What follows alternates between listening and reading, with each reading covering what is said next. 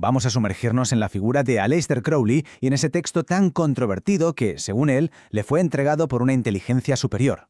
Un libro que, ojo, pretendía nada menos que inaugurar una nueva era para la humanidad. El hombre más perverso del mundo. Así, tal cual. Este fue solo uno de los muchos titulares que la prensa de su época le dedicó a Aleister Crowley. Y es que su vida estuvo envuelta en escándalos, en magia y en una rebelión muy deliberada contra las normas sociales. Pero claro, más allá de esta caricatura tan sensacionalista, nos encontramos con una figura muchísimo más compleja, llena de contradicciones. La pregunta es, ¿estaba realmente dedicado al mal o había algo más detrás de esa leyenda que él mismo ayudó a crear? Para poder entender a Crowley, lo primero que tenemos que hacer es examinar esa reputación infame que él mismo cultivó y que, por supuesto, los medios de comunicación amplificaron con un entusiasmo tremendo. A ver, la lista de acusaciones es abrumadora. La prensa lo llamó el rey de la depravación. Se le acusó de satanista, de practicar rituales sexuales extremos, incluso de ser el responsable de la muerte y la locura de sus seguidores.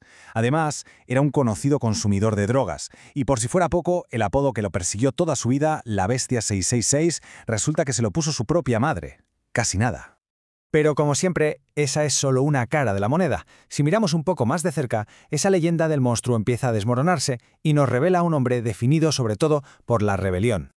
Porque claro, al examinar los hechos, la leyenda choca con una realidad muy distinta. Por ejemplo, ese infame acto de torturar a un gato. Él lo justificó como un experimento de cuando era niño para ver si de verdad tenía 9 vidas. Asumió el nombre de la Bestia, como un acto de puro desafío contra su familia que era ultra religiosa. Y oye, mientras publicaba obras eróticas para escandalizar a la sociedad, también era un erudito que colaboraba en la prestigiosa Enciclopedia de la Historia de las Religiones. Y quizá la clave de toda esta rebeldía esté precisamente en su origen. Su infancia transcurrió en el seno de los Hermanos de Plymouth, que era una de las sectas cristianas más rígidas de la época. Para ellos, todo, absolutamente todo, era pecado. Así que su blasfemia y su comportamiento durante toda la vida parecen ser una reacción directa a ese ambiente tan opresivo. Pasemos ahora al evento que de verdad redefiniría su vida y su legado. Ese momento en el que afirmó haber recibido un texto sagrado que iba a cambiar el curso de la historia. Estamos en la primavera de 1904. Crowley y su esposa Rose Kelly están en El Cairo. Y fue allí donde, según cuenta él, Rose entró en trance y le dijo que el dios Horus quería hablar con él. Crowley, que al principio era muy escéptico, al final se vio obligado a escuchar. Y así fue como, durante 3 días seguidos, y siempre a la misma hora, entre el mediodía y la 1 de la tarde, Crowley se dedicó a transcribir lo que una entidad sin cuerpo, que se hacía llamar Aiwass, le estaba dictando. Cada día, un capítulo del libro. El resultado de esa canalización, pues un texto breve y bastante críptico.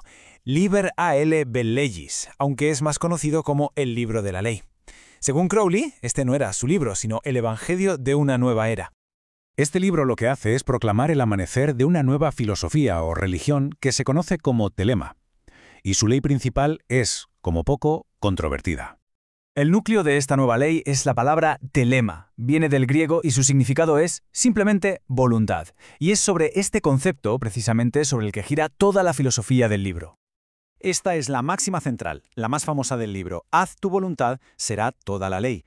Para sus críticos, esto es, una licencia para el hedonismo y el egoísmo sin límites, pero para sus seguidores su significado es mucho, mucho más profundo. Y es que la primera frase se complementa con esta otra. Amor es la ley, amor bajo voluntad. Esto ya sugiere que la voluntad no es un simple capricho, sino que tiene que estar alineada con el amor y con un propósito superior. La interpretación, cósmica, es que cada persona es una estrella única en el universo. Hacer tu voluntad, por lo tanto, significa descubrir tu verdadera naturaleza, tu propósito en la vida, lo que ellos llaman tu órbita, y seguirla sin desviarte. Pero el libro de la ley no se queda solo en ofrecer una nueva filosofía individual, no. Proclama nada menos que el inicio de una nueva era para toda la humanidad.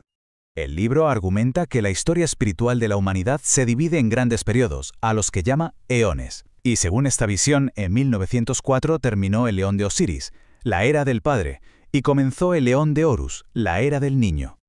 La cosmología del libro describe 3 eones. Primero el de Isis, la madre, una era matriarcal. Después vino el de Osiris, el padre, dominado por sistemas patriarcales y religiones basadas en el sacrificio. Y finalmente el eón actual, el de Horus, el niño, en el que el individuo se convierte en el centro de todo.